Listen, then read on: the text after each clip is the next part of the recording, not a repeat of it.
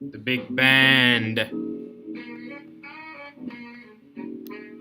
Double beginning.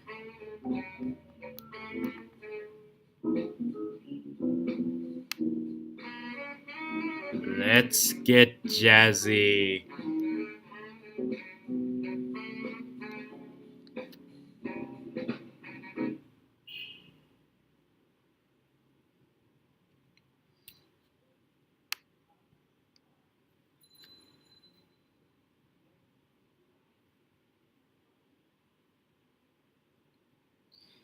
Instruments include trumpets, trombones, saxophones, tubas, and big basses, as well as violins.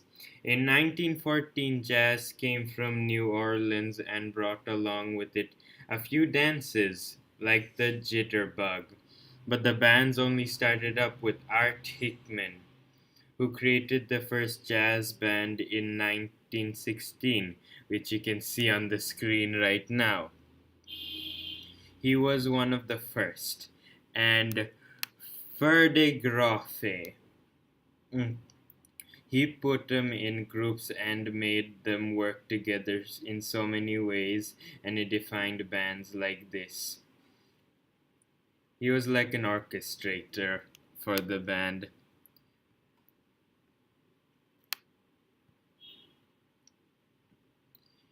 Mm. Although we can't all stay the same, can we? They had to give in to the demand for dance music and it changed from the New Orleans style. Now for a different little genre called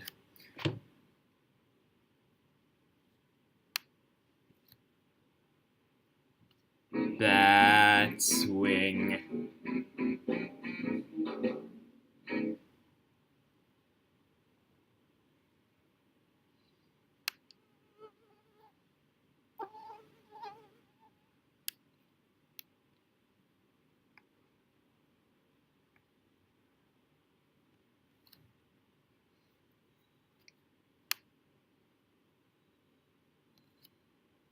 Now it's time to swing. Yeah, there was another genre called swing. It was a lot supplier than our smooth friend. Unfortunately, it didn't get popular until 1936. And it's all thanks to those big bands. They're the ones who give it that distinct style. Who gave it that distinct style. Now,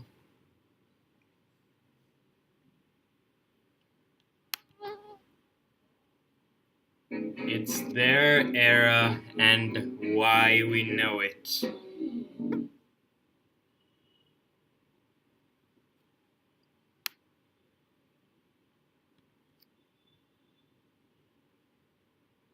Most of the popular bands played music that reflected on their band leader, like Duke Ellington, playing varied and sophisticated pieces.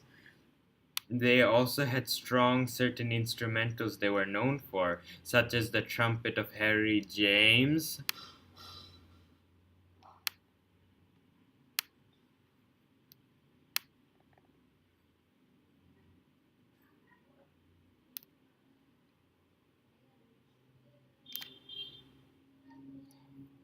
Also, their popularity was boosted with vocalists such as Ella Fitzgerald.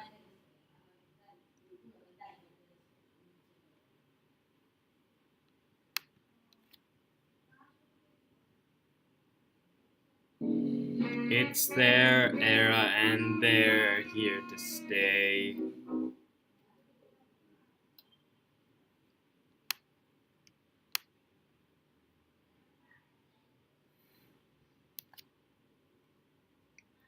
Thanks to a bit of depression we were feeling for a few days, I'm referring to the Great Depression in America, they got very popular and experimentation wasn't very successful. So everyone had to adopt this format or say goodbye. A few dark skinned bands may include Duke Ellington, Hines, He does not look that terrifying in real life. I just drew him this way. And Ca- and Callow and Calloway's fuse, along with Jimmy. Oh, right. No, no. Sorry, I didn't draw the other artists because I tried drawing them and trying to perfect them. Well, not perfect them, but I tried to make them better and better. Except, I got so angry that I smashed the my laptop and I broke and my finger started to bleed.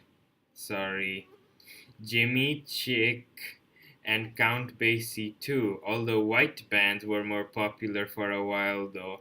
There were many white Americans who liked both, but hard times they were to get into any concert.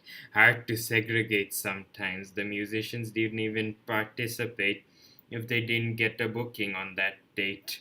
Well, they still stayed. They still stayed. Come on, crazy Frank fangirls, sing along. They'd never stop until they got to their concert. Who cares if it wasn't near the block? They'd never stop for both the musicians and the fans. It sure was hard, but who cares? It was a start. And they continued existing to today, so please just sing along.